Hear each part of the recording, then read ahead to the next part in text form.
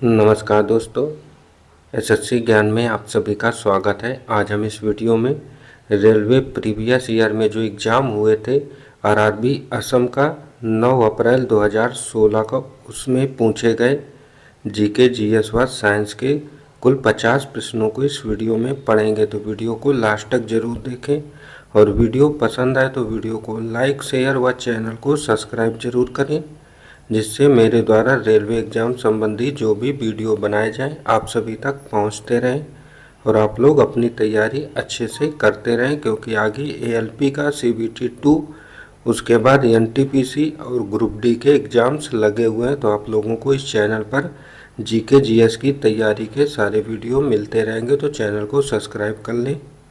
बढ़ते हैं अपने वीडियो में और देखते हैं 2016 में किस टाइप के और कैसे प्रश्न पूछे गए थे। पहला प्रश्न था, भारत में किस वर्ष में ब्रिटिश अधिनियम समाप्त हुआ था? तो आंसर हो जाएगा 1947 में ब्रिटिश अधिनियम को समाप्त कर दिया गया था।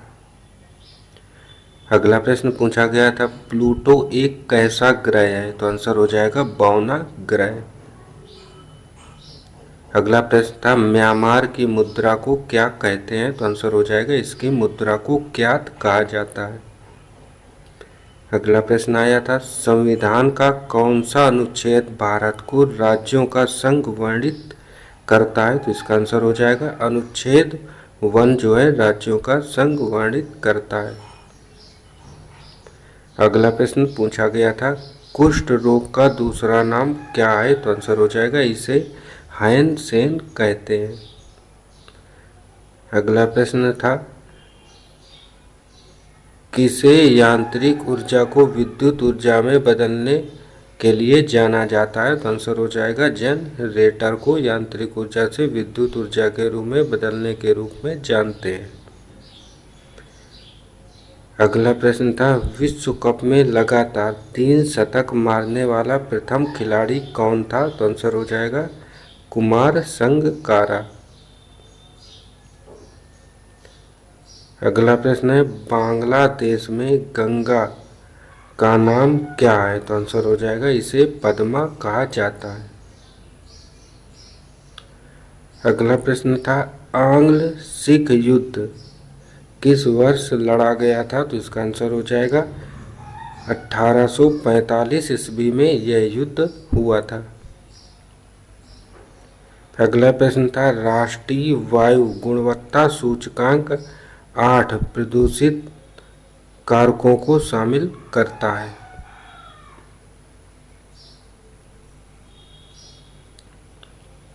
अगला प्रश्न था, कौन नामक त्योहार सिक्किम राज्य में मनाया जाता है? तो आंसर हो जाएगा उसंग नामक त्योहार जो है सिक्किम राज्य में मनाया जाता है। अगला था, सिंह प्रतीक का निर्माण किस वंश के दौरान हुआ था? तो आंसर हो जाएगा मौर्य साम्राज्य के दौरान हुआ था। अगला प्रश्न है, भारत की समुद्र में नहीं गिरने वाली सबसे लंबी नदी कौन है? तो आंसर हो जाएगा यमुना नदी। अगला प्रश्न था, किसे सामान्य तापक्रम पर पाया जाता है? तो आंसर हो जाएगा पारा को। अगला प्रश्न था, बैंगनी रंग का तरंगदैर्घ्य सबसे कितना होता है? तो आंसर हो जाएगा कम होता है। अगला था, मुगल वंश का कौन सा शासक था जिसने मुगल वंश को स्थापित किया था? तो आंसर हो जाएगा बाबर ने मुगल वंश को स्थापित किया था। अगला प्रश्न था, कांग्रेस के प्रथम अध्यक्ष कौन थे? तो आंसर हो जाएगा WC बनर्जी।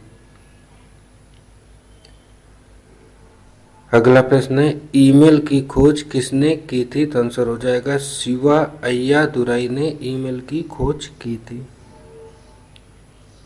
अगला प्रश्न है, स्वर्ण मंदिर किस नदी के किनारे स्थित है? तो आंसर हो जाएगा रावी नदी के किनारे स्थित है। अगला प्रश्न पूछा गया था, मौर्य वंश का अंतिम शासक कौन था? तो आंसर हो जाएगा बृहद्रथ। अगला प्रश्न था, जायकावाड़ी बांध किस नदी पर है? तो आंसर हो जाएगा गोदावरी नदी पर। अगला प्रश्न था 7 से नीचे पीएच मान रहने वाले पदार्थ को क्या कहते हैं या कैसे होते हैं? तो आंसर हो जाएगा इन्हें अम्लीय कहते हैं। अगला था भारत में चिपको आंदोलन की शुरुआत कहाँ से हुई थी? तो आंसर हो जाएगा उत्तराखंड से। अगला प्रश्न था माले किस देश की राजधानी है? तो आंसर हो जाएगा मालदीव की। अगला प्रश्न था युगांडा की राजधानी क्या है? तो आंसर हो जाएगा कंपाला। अगला प्रश्न था ओरंग नेशनल पार्क कहाँ पर स्थित है? तो आंसर हो जाएगा असम में। अगला था 1940 के पोखरण परीक्षण का नाम क्या था? तो आंसर हो जाएगा ऑपरेशन शक्ति। अगला प्रश्न जो आया था भारत में सादे पानी की सबसे बड़ी झील कौन सी है? तो आंसर हो जाएगा वुलर झील। अगला प्रश्न था सिक्किम का निर्माण किस वर्ष हुआ था या सिक्किम राज्य किस वर्ष बना था? तो आंसर हो जाएगा 1975 में।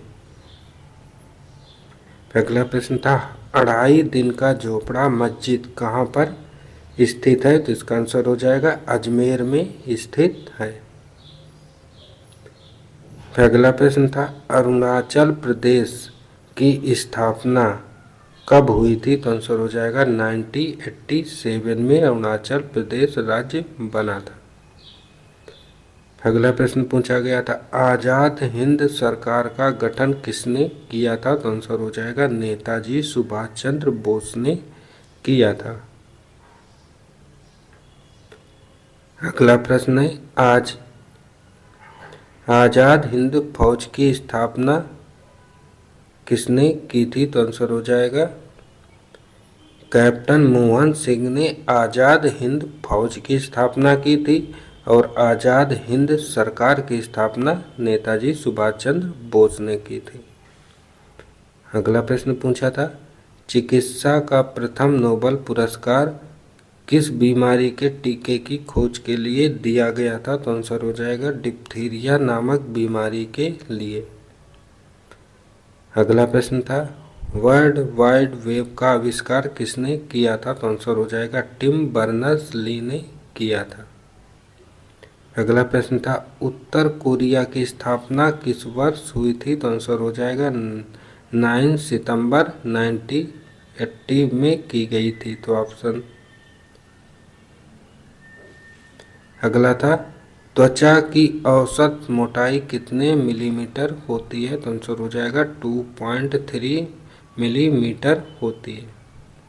अगला था भारत में आर्थिक उदारीकरण की शुरुआत किस वर्ष हुई थी? तो इसका आंसर हो जाएगा 1991 में हुई थी।